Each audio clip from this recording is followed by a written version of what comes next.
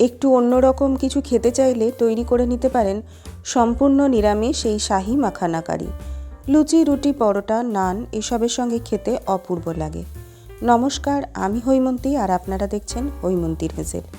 চলুন শুরু করে ফেলি আজকের রেসিপি। প্রথমেই নিয়ে নিয়েছি 1 কাপ মতো মাখানা।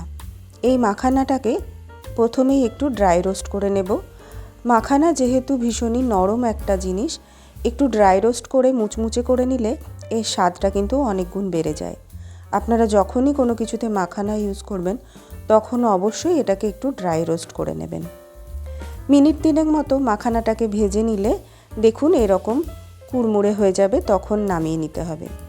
বন্ধুরা, আজকে আমার গলাটা একটু খারাপ আছে, শুনতে একটু খারাপ লাগবে, আপনারা একটু প্লিজ মানিয়ে নেবেন। মাখানাগুলো ভাজা হয়ে গেছে, আমি একদিকে রেখে নিলাম। এরপর একটা মশলা করে নেব। তার জন্য 1/2 ইঞ্চি দারচিনি, 2টো এলাচ, অল্প একটু জয়িত্রী, 1/2 চামচ গোটা ধনে আর নিচ্ছি 1/2 চামচ সাজিরে, নিচ্ছি একটা তেজপাতা আর শুকনো লঙ্কা। সাজিরে না থাকলে নর্মাল জিরে নিতে পারেন। 1 চামচ মতো রিফাইন্ড অয়েলে মশলাগুলোকে লো ফ্লেমে 30 সেকেন্ড মতো নাড়াচাড়া করে নেব। এখন এর মধ্যে দিয়ে দিচ্ছি 4-5টা কাজু, 1 চামচ মতো চারমগজ, দিচ্ছি বেশ কিছুটা কিশমিশ, এই 20-25টা মতো কিশমিশ দিলাম। 1 চামচ কসুরি মেথি দিয়ে 40 সেকেন্ড মতো নেড়ে নেব। মশলাগুলো একটু যখন ক্র্যাক করবে তখন দিয়ে দিচ্ছি 2টো মিডিয়াম সাইজের টুকরো করে কেটে রাখা টমেটো। টমেটোটাকে একটু ভেজে নেব। কাঁচা ভাবটা চলে গেলে দিয়ে দিচ্ছি অল্প একটু নুন, এতে টমেটোটা নরম করতে সাহায্য করবে। প্রায় 2 মিনিট মতো ভেজে নেওয়ার পর 1/2 কাপ জল দিয়ে ঢাকা দিয়ে লো টু মিডিয়াম হিটে রান্না করে নেব টমেটোটা সেদ্ধ হওয়া অবধি। নামিয়ে একটা পাত্রে ঢেলে রেখে ঠান্ডা করব। এখন 3 টেবিল চামচ মতো রিফাইন্ড অয়েল দিয়ে কিছুটা পরিমাণ আলু দিয়ে আলুগুলোকে একটু কষিয়ে নেব। অল্প একটু নুন দিয়ে দিয়েছি, এতে করে আলুর মধ্যে নুনটা ঢুকে যাবে।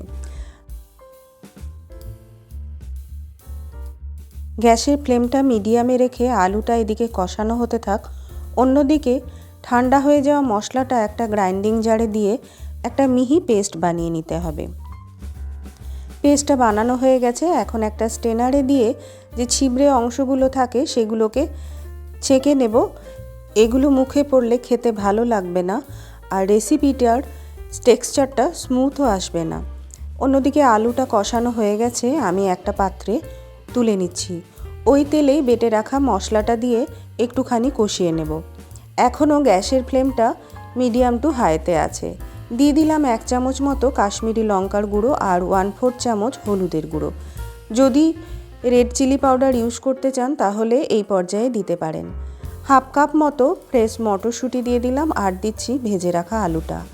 দেওয়ার পর একটুখানি কষিয়ে নেব। অন্য কোনো সবজি যদি ইউজ করতে চান তাহলে এখানে এই পর্যায়ে অবশ্যই ব্যবহার করতে পারেন। ফুলকপি, গাজর, ক্যাপসিকাম, বিনস এগুলোকে ভেজে নিয়ে দিতে পারেন।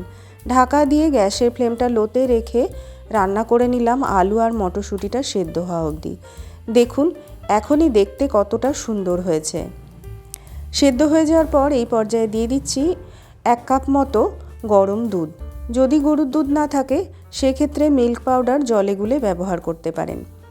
কিশমিশ আর মিল্ক পাউডার যদি দেওয়া হয় তাহলে চিনির আর দরকার পড়বে না। যদি চিনি দিতে চান তাহলে কিন্তু এটা বুঝে দেবেন।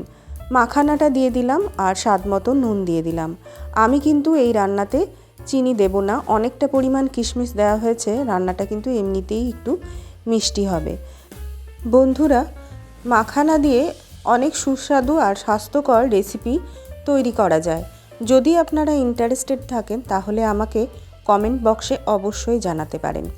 মাখানাটা ভালো করে মিশিয়ে নেওয়ার পর ঢাকা দিয়ে মিনিট 3 লো হিটে রান্না করে নিলাম মাখানাটা নরম হওয়া অবধি।